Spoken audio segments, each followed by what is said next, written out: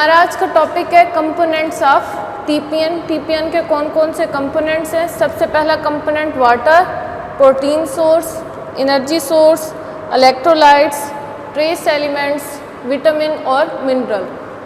सबसे पहले water add किया जाता है, वाटर के बाद फिर प्रोटीन सोर्स। अगर इंसान के जिस्म के अंदर नाइट्रोजन की कमी हो जाए तो जो ज़ख़म होते हैं उनको हील होने में बहुत ज़्यादा टाइम लगता है और इंसान का जो डिफेंस मैकेनिज़्म है, इम्यून सिस्टम है जो बीमारियों के ख़िलाफ़ लड़ता है, वो भी कमज़ोर हो जाता है। और टीपीएन में amino acid as a source of nitrogen इस्तेमाल होते हैं ताकि पेशेंट का जो वाउंड हीलिंग प्रोसेस है वो भी ठीक रहे और उसका जो डिफेंस मैकेनिज़्म है वो कमज़ोर ना हो। नेक्स्ट है एनर्जी सोर्स। अब एनर्जी सोर्स के लिए कार्बोहाइड्रेट और फैट्स इस्तेमाल किए जाते हैं। सबसे ज़्यादा जो कार्बोहाइड्रेट इस्तेमाल होता है वो डेक्सट्रोज है, in the form of 5 to 70% weight by volume solution.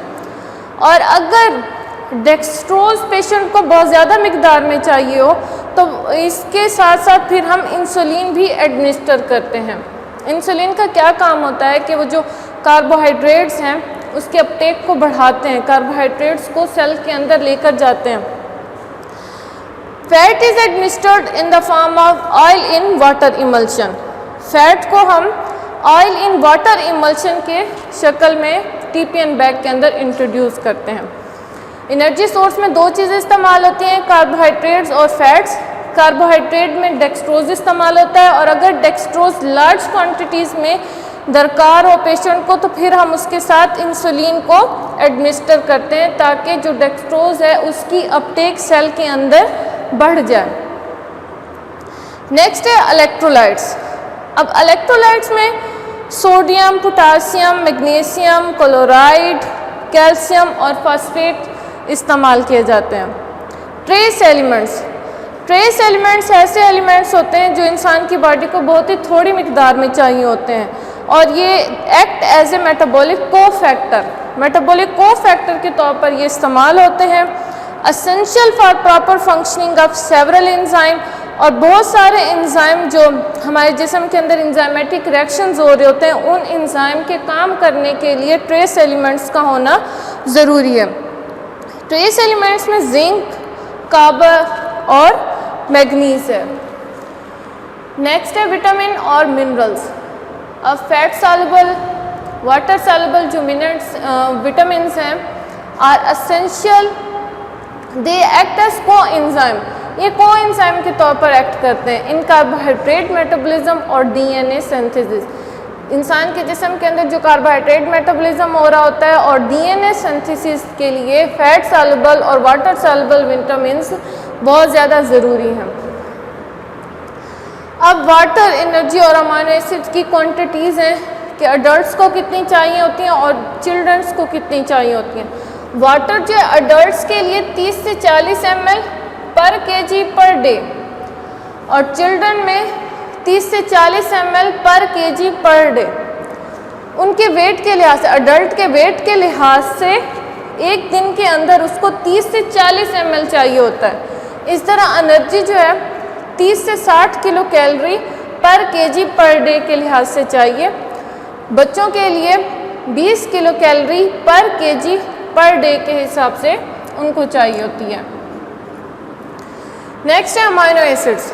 अब अडल्ट्स के लिए अमाइनो एसिड जो है 1 से 2 ग्राम पर kg पर डे और चिल्ड्रन के लिए 2.5 से 3.5 ग्राम पर kg पर डे। नेक्स्ट है HPN bags, home parental nutrition bags.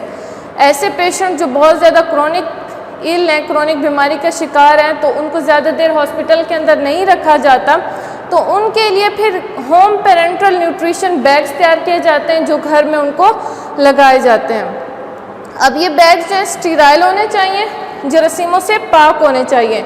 इन बैग को बनाने के लिए पहले पॉलीविनाइल क्लोराइड प्लास्टिक इस्तेमाल होता था, लेकिन अब इथाइल विनाइल एस्टेट बैग्स इस्तेमाल किए जाते हैं। Addition of components to TPN. TPN के अंदर कंपोनेंट्स को किस तरह से ऐड किया जाता है। सबसे पहले अमाइनो एसिड सोल्यूशन और ग्लूकोज ऐड करेंगे बैग के अंदर। ये जब ऐड कर लेंगे तो इसके बाद अगर पेशेंट को फैट रिक्वायर है, फैट इमल्शन रिक्वायर है, तो उसके बाद हम फैट डालेंगे और फिर विटामिन हम उस वक्त डालते हैं जब पेशेंट को बैग लगाते हैं, HPN या TPN बैग जब हम पेशेंट को लगाते हैं तो उसी वक्त फ़ौरन ही विटामिन डाले जाते हैं, क्योंकि विटामिन के प्रिसिपिटेट होने के चांसेस होते हैं, इसलिए उसको पहले ऐड नहीं करते, जब लगाया जाता है पेशेंट को तब ऐड करते हैं। नेक्स्ट है लेबलिंग एंड पैकेजिंग।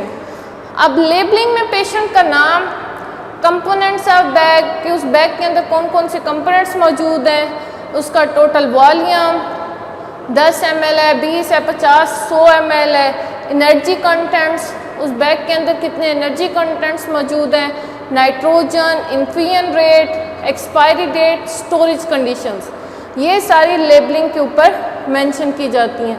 पैकेजिंग, अब TPN बैग को जो आउटर प्लास्टिक बैग है वो डार्क कलर का होना चाहिए। TPN bag sealed into dark coloured outer plastic bag, और इस बैग को रेफ्रिजरेट किया जाता है until required to maintain the stability. जब तक हम उसको इस्तेमाल नहीं करते, उसके इस्तेमाल होने से पहले इन बैग्स को रेफ्रिजरेट के अंदर रखा जाता है, रेफ्रिजरेटर किया जाता है, ताकि इनकी जो स्टेबिलिटी है वो बरकरार रहे। अब administration of TPN, total parental nutrition को एडमिनिस्टर किस तरह से करते हैं, एडमिनिस्टर्ड वाया कैथीटर, और solution is administered slowly into large when.